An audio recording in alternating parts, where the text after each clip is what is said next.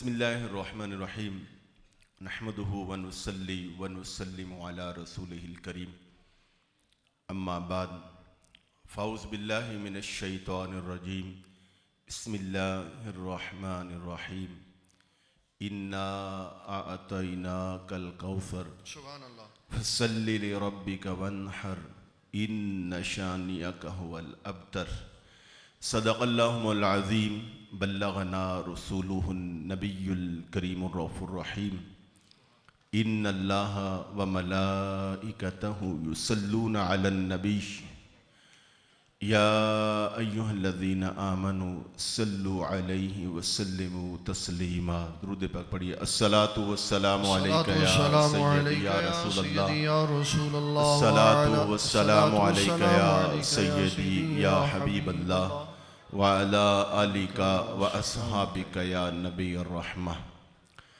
تمام تعریفیں اللہ جل وعلا کے لیے ہیں جو خالق کائنات بھی ہے اور مالک شاہ جہات بھی۔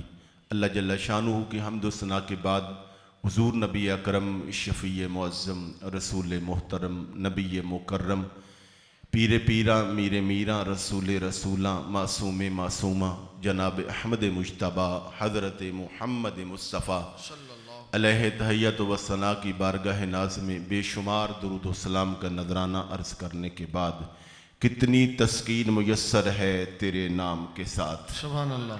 یا رسول اللہ کتنی تسکین میسر ہے تیرے نام کے ساتھ، نیند آ جاتی ہے کانٹوں پہ بھی بڑے آرام کے ساتھ۔ یہ تو طیبہ کی محبت کا اثر ہے ورنہ کون روتا ہے لپٹ کر در و دیوار کے ساتھ۔ سبحان اللہ سبحان اللہ۔ انتہائی عزتوں کے لائق حاضرین و سامعین برادران اسلام، میر مجلس حضرت پیر بشیر اسلام صاحبزادہ پیر بشیر احمد یوسفی صاحبزادہ والا شان جناب مفتی خلیل احمد یوسفی صاحب، اسٹیج پر جلوہ افروز میری جماعت کے قائد تحفظ ناموس رسالت معاذ کے جنرل سیکرٹری اور علماء کی آن اور شان، اور لاہور میں تنظیم کے حوالے سے اہل سنت والجماعت کی مساجد کے معاملات ہوں، تنظیموں کے معاملات ہوں، اس کے روح رواں قائد محترم جناب علامہ مولانا محمد علی صاحب نقشبندی، مفتی لاہور جناب حضرت علامہ مولانا مفتی محمد عمران حنفی صاحب، انچارج دارالافتاء جامعہ نعیمیہ، اور میری جماعت کے بہت بڑے خطیب بدل برادر مکرم حضرت صاحبزادہ مولانا حافظ قاری محمد عبداللہ ثاقب صاحب اور دیگر ارباب علم و دانش۔ آج میرے لیے اور آپ سب کے لیے یہ سعادت کی بات ہے کہ ہم اس سالانہ معلم انسانیت کانفرنس میں حاضری کی سعادت پا رہے ہیں۔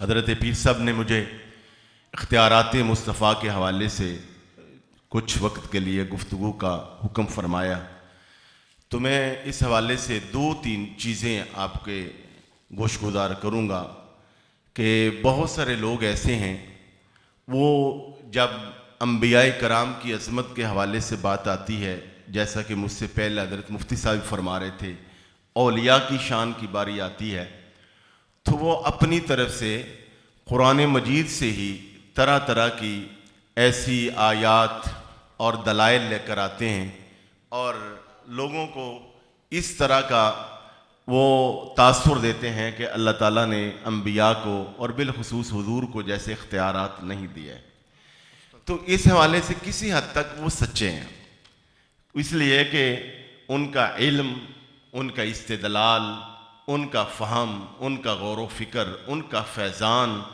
وہ اصل میں ایسا ہی ہوتا ہے، تو اس لیے انہیں اس طرح کا معاملہ نظر آتا ہے۔ ایک بات اگر آپ عقل کے پیمانے سے بھی دیکھیں، بہت بڑا کوئی مفتی نہ بھی ہو، عالم نہ بھی ہو، کوئی شیخ نہ بھی ہو، تھوڑا سا غور و فکر کریں، اللہ جل شانہ جو ساری کائنات کا خالق ہے، مالک ہے، اسی نے کائنات کو بنایا ہے، وہی کائنات کے نظام کو چلانے والا ہے، زمین و زمان آسمان کا وہی مالک ہے، وہی خالق ہے. للہ المشرق والمغرب، مشرق کا پیدا کرنے والا بھی وہی ہے، مغرب کا پیدا کرنے والا بھی وہی ہے. ہواؤں کو اسی نے بنایا، وہی چلاتا ہے. فضاؤں کی تخلیق بھی اسی کی ہے. تمام انبیاء کو بنانے والا، ملائکہ کو بنانے والا، پوری کائنات کا خالق اور مالک ہے. سبحان اللہ. مگر اللہ جل شانہ نے ساری زمین و آسمان کو بنایا، کائنات کو سجایا.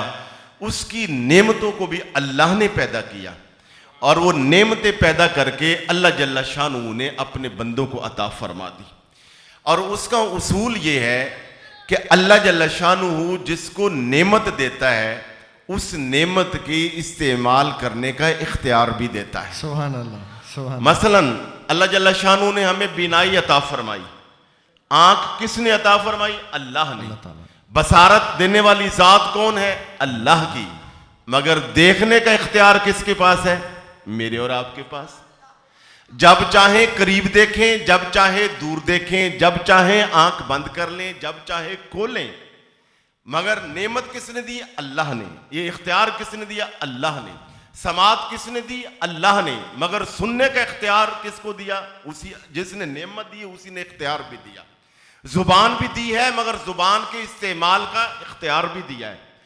یہ تو چھوٹے چھوٹے ہم لوگ ہیں جو اپنے صرف وجود کو دیکھیں تو بے شمار ایسی نعمتیں اللہ نے دی ہیں اور ساتھ اختیار بھی دیا ہے.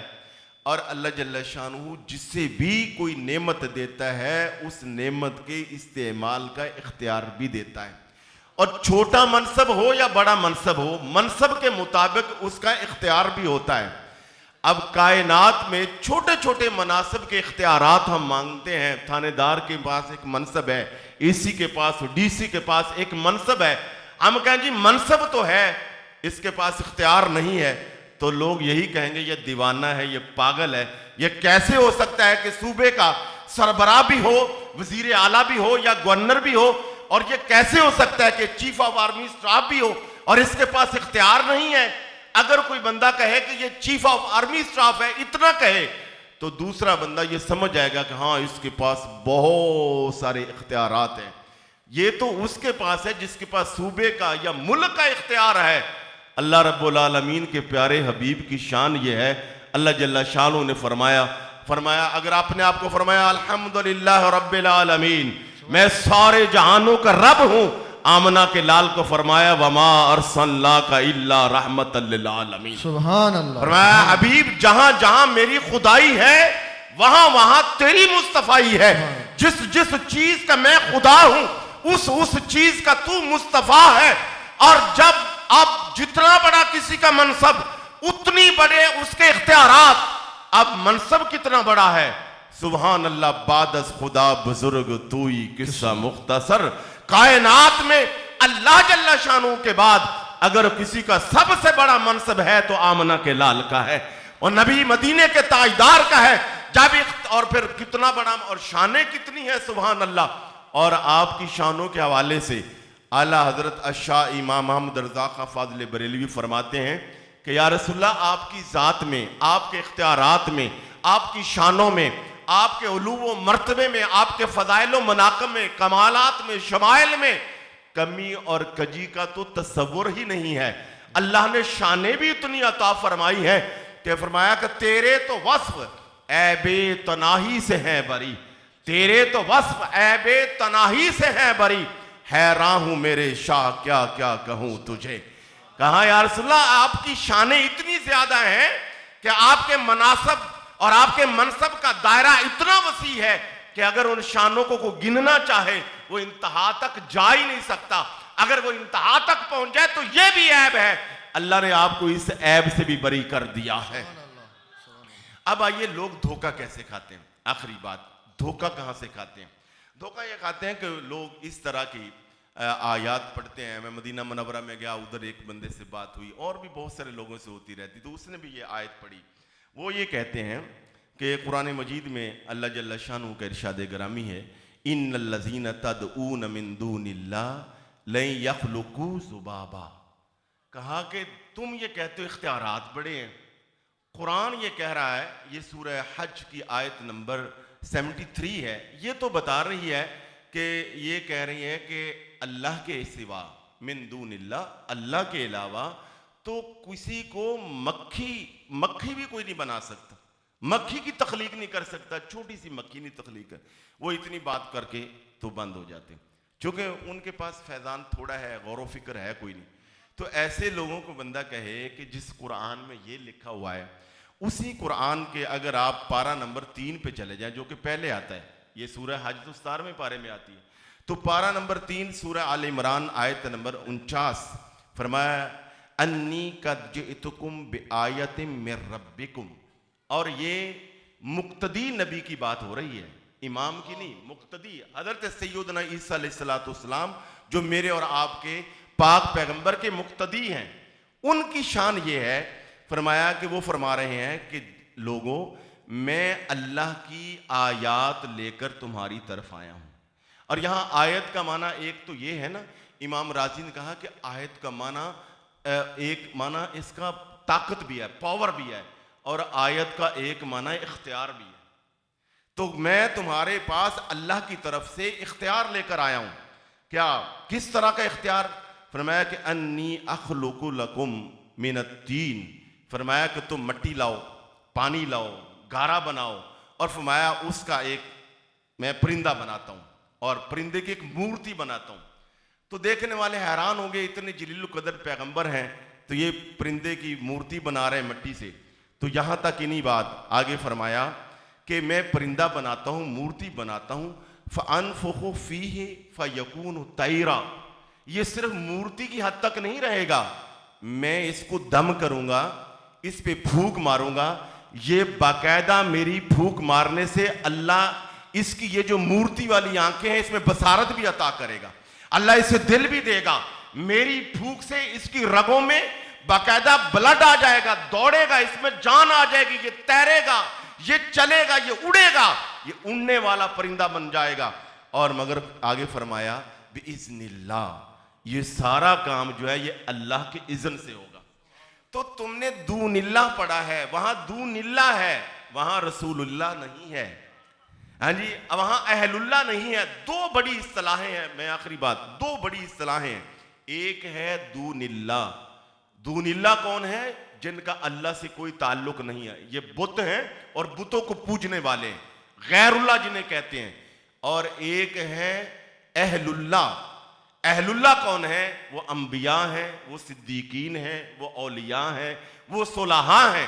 یہ جو دون اللہ ہیں یہ تو مکھی تک نہیں بنا سکتی, اور جو اہل اللہ ہے یہ پرندے بنا سکتے ہیں, یہ زندہ بھی کر سکتے ہیں, اور اگر یہ کسی کے خلاف دعا کر دیں تو موت بھی آ سکتی ہے.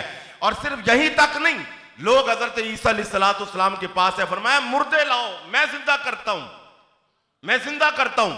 ایک مردہ آیا زندہ, دوسرا آیا زندہ, تیسرا آیا زندہ. اور میں نے یہ بھی پڑھی باقاعدہ ایک روایت کہ ایک بندے نے کہا, وہ شرارتی ٹائپ تھا, کہا حضور ادھر بات مزہ نہیں آتا, چلیے آپ اس قبرستان میں. ایک پرانی سی قبر میں لے گیا, فرمایا اس قبر پہ جا کر اس کا جو مردہ ہے اس کو زندہ کیجئے. وہ یہ سمجھتا تھا کہ یہ شاید تازہ تازہ مرے ہوئے لوگ ہیں, یہ اس لیے زندہ ہو رہے ہیں. کوئی پرانی 100 سال پرانی جو قبر ہے اس پہ لے گئے, کہا اس کے مردے کو زندہ کیجئے. بڑا طویل واقعہ ہے, میں اختصار سے عرض کرتا ہوں.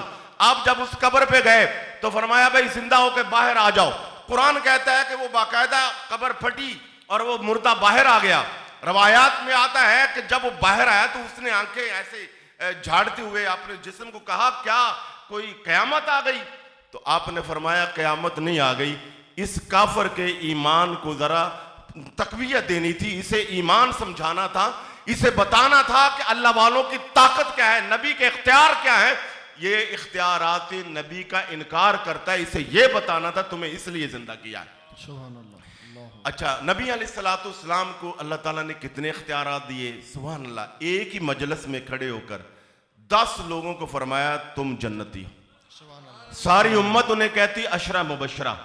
ہاں جی, حضور نبی پاک صلی اللہ علیہ وسلم نے کسی صحابی کو یہ کہا کہ تم جنت میں میرے پڑوسی ہوگے. اپنے شہزادوں پہ نظر پڑی تو فرمایا تم جنت کے نوجوانوں کے سردار ہوگے. اپنی بیوی, اپنی بیٹی, اپنی صاحبزادی پہ پیار آیا تو فرمایا تم جنت کی عورتوں کی سردارہ ہوگی. یہ اختیار نہیں تو اور کیا, یہ تو دنیا کے اعتبار آخرت کے اعتبار سے ہے. نبی علیہ الصلوۃ والسلام کو اتنے اختیار ہیں کہ اگر آخرت کے حوالے سے نگاہ کریں, دنیا کے حوالے سے نگاہ کریں تو آپ غریب کو غنی بنا دیتے ہیں. حضرت انس کو بنایا, انس بن مالک کو, غریب کو غنی بنا دیں, اور آخرت کے حوالے سے نگاہ کریں تو حضرت منیر اسلام جیسے لوگوں پہ نگاہ کرے تو ولی بنا دیں. یہ نبی علیہ الصلوۃ والسلام کو اختیارات ہیں. اچھا, دنیا کے اعتبار سے آپ کو کتنے اختیار ہیں؟ حضرت ابو ہریرہ رضی اللہ تعالیٰ عنہ کہتے ہیں مجھے یاد نہیں رہتا تھا, حافظہ کمزور تھا. تو حضور نے باقاعدہ مضبوط حافظے کی مٹھیاں بھر کے ان کی چادر میں ڈالی, پھر کوئی بات نہ بھولے. حضرت ابو ہریرہ رضی اللہ تعالیٰ عنہ کہتے ہیں, یہ بخاری شریف کی روایت ہے, آپ فرماتے ہیں کہ نبی علیہ الصلوۃ والسلام نے مجھے کچھ کھجوریں دی, کچھ کلو, آپ کہہ لیں 5-7 کلو کھجوریں دیں. فرمایا ابو ہریرہ یہ رکھ لو, آپ تقسیم کرو. کہا اس میں آپ نے جھانکنا ہی ہے, بس ہاتھ ڈالو اور کھجوریں تقسیم کرو. فرمایا اللہ برکت دے گا. کتنی اللہ تعالیٰ نے برکت عطا فرمائی. اور نبی علیہ الصلوۃ والسلام کی زبان سے نکلا تھا, میں نے پڑھا کہ آپ فرماتے ہیں کہ حضرت عثمان غنی کی جب شہادت ہوئی میرے 2 نقصان ہوئے. امت کو تو 1 نقصان پہنچا, مجھے 2. کہا ایک یہ کہ آپ کی شہادت, دوسری یہ کہ فرمایا کہ وہ جو نبی پاک نے مجھے کھجوروں کا بھرا ہوا جھولا دیا تھا, وہ گٹو دیا تھا, وہ جو بورا دیا تھا, جو تھیلا دیا تھا, وہ میرا گم ہو گیا. یہ میں نے دیکھا اگر 11 ہجری بھی لگائیں, یہ 12 ذوالحج 35 ہجری کا واقعہ ہے حضرت عثمان غنی کی یہ شہادت. تو یہی اگر یہی لگائیں, پہلے پتہ نہیں کتنے سال گزرے, تو یہی 24 سال بنتے ہیں. حالانکہ اس سے زیادہ 24 سال تک نبی علیہ الصلوۃ والسلام نے آپ کو جو کھجوریں دی, 24 سال تک وہ کھجوریں ختم نہیں ہوئی. برکات کی بھی اللہ تعالیٰ نے آپ کو اختیارات عطا فرمائے. تو اللہ حضرت فرماتے ہیں تو میں تو مالک ہی کہوں گا کہ ہو مالک کے حبیب, میں تو مالک ہی کہوں گا کہ ہو مالک کے حبیب, کہ محبوب و محب میں نہیں میرا تیرا. اللہ جل شانہ نے حضور نبی پاک کو بے شمار شان عطا فرمائی ہیں, بے شمار اختیارات عطا فرمائے ہیں. ہمارے لیے یاد یہ رکھنے کی بات ہے کہ من دون اللہ اور اہل اللہ, یہ فرق کر کے قرآن کو پڑھیں گے تو پھر قرآن سے آپ کو ہر آیت ہی نبی پاک کے اختیارات کا پتہ دے گی. وآخر دعوانا رب العالمین.